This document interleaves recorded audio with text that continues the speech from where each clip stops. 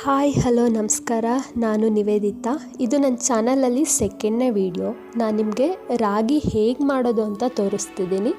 ನೋಡಿ ಎಷ್ಟು ಚೆನ್ನಾಗಿ ರಾಗಿ ಮಾಡ್ತಾ ಇದ್ದಾರೆ ಅಂತ. ಅಂದರೆ ಈಗಿನ ಕಾಲದಲ್ಲಿ ಈ ರಾಗಿ ಎಲ್ಲ ಮಾಡಲ್ಲ, ನನಗೆ ಗೊತ್ತಿರೋಂಗೆ ಅಂದರೆ ಮಾಡೋಕ್ಕೆ ಬರೋದಿಲ್ಲ.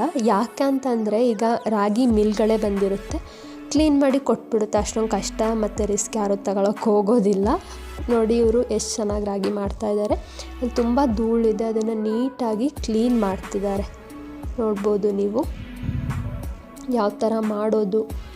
ಮರದಲ್ಲಿ ಒನಿತಾ ಇದ್ದಾರೆ ನೋಡಿ, ನಗಾಡ್ತಿದ್ದಾರೆ ನಾನು ವೀಡಿಯೋ ಮಾಡೋದನ್ನ ನೋಡಿ. ನೋಡಿ ಎಷ್ಟು ಚೆನ್ನಾಗಿ ರಾಗಿ ಒಂದ್ಬಿಟ್ಟು ಕ್ಲೀನ್ ಮಾಡ್ತಾಯಿದ್ದಾರೆ. ರಾಗಿ ಮಾಡೋದಕ್ಕೆ ಎಕ್ಸ್ಪೀರಿಯನ್ಸ್ ಸಹ ಬೇಕು ಅನಿಸುತ್ತೆ. ಯಾಕಂದರೆ ನಾವು ಸಡನ್ನಾಗಿ ಹೋಗಿ ಅದು ಏನೇ ಕೆಲಸ ಆಗಿರ್ಬೋದು ಮಾಡ್ತೀವಿ ಅಂತಂದರೆ ಅದು ಆಗಲ್ಲ. ಸೊ ಇವರಿಗೆ ತುಂಬ ಎಕ್ಸ್ಪೀರಿಯನ್ಸ್ ಇದೆ, ಯಾಕಂದರೆ ವಯಸ್ಸಾಗಿದೆ ಅಲ್ಲ, ಮತ್ತು ರಾಗಿ ಮಾಡಿ ಅಭ್ಯಾಸ ಇರುತ್ತೆ. ಸೊ ಅಷ್ಟು ಚೆನ್ನಾಗಿ ಮಾಡ್ತಾಯಿದ್ದಾರೆ. ಅದನ್ನು ಒಂದೇ ಸತಿ ಕ್ಲೀನ್ ಮಾಡಿದ್ರೆ ಕ್ಲೀನ್ ಅಂತೂ ಆಗಲ್ಲ.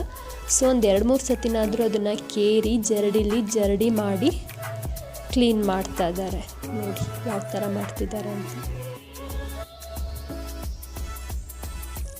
ನೀವಿಲ್ಲಿ ಗಮನಿಸ್ಬೋದು, ಈಗ ಮರದಲ್ಲಿ ಸ್ವಲ್ಪನೇ ರಾಗಿ ಇದೆ ನೋಡಿ, ಅದಷ್ಟೀಗ ಕ್ಲೀನ್ ಮಾಡಾಗಿದೆ.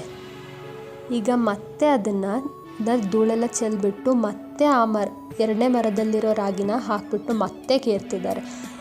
ಹೀಗೆ ಒಂದು 2-3 ಸತಿ ಕ್ಲೀನ್ ಮಾಡಿದ್ರು. ಹಾಗಾಗಿ ಅದರಲ್ಲಿ ಧೂಳು ಕಸ ಏನೇನಿದೆ ಅದು ಕ್ಲೀನ್ ಆಯಿತು. ಇಲ್ಲ ಅಂದರೆ ನಿಜವಾಗ್ಲೂ ಆ ರಾಗಿಲಿ ಧೂಳು ಕ್ಲೀನ್ ಆಗೋಕ್ಕೆ ಸಾಧ್ಯನೇ ಇರ್ತಿರ್ಲಿಲ್ಲ, ಯಾಕಂದರೆ ಅಷ್ಟು ಧೂಳಿತ್ತು ಆ ರಾಗಿಯಲ್ಲಿ. ಹಳ್ಳೀಲಿ ಹುಟ್ಟಿ ಬೆಳೆದವರು ಈ ರಾಗಿ ಮಾಡೋದು, ಅಕ್ಕಿ ಮಾಡೋದು, ಕುಟ್ಟೋದು ಇದೆಲ್ಲ ನೋಡಿರ್ತಾರೆ. ಬಟ್ ಸಿಟಿಲಿರೋರು ಇದನ್ನೆಲ್ಲ ನೋಡಿರಲ್ಲ, ಯಾಕಂದರೆ ಎಲ್ಲ ರೆಡಿನೇ ಸಿಕ್ಬಿಡುತ್ತೆ ಅವರಿಗೆ. ಸೊ ನೋಡಿ ಇದನ್ನು ಹೇಗೆ ಮಾಡೋದು ಏನು ಅಂತ ನಿಮಗೆ ಗೊತ್ತಾಗುತ್ತೆ. ಟ್ರೈ ಮಾಡಿ ನೀವು ಒಂದು ಸಲ ಮನೇಲಿ. ಸೊ ಟ್ರೈ ಮಾಡಿದ್ರೆ ನನಗೆ ಕಮೆಂಟ್ ಮಾಡಿ, ನನ್ನ ವೀಡಿಯೋನ ಲೈಕ್ ಮಾಡಿ ಆ್ಯಂಡ್ ಚಾನಲ್ನ ಸಬ್ಸ್ಕ್ರೈಬ್ ಮಾತ್ರ ಮಾಡೋದನ್ನ ಮರಿಬೇಡಿ. Thank you for watching my video.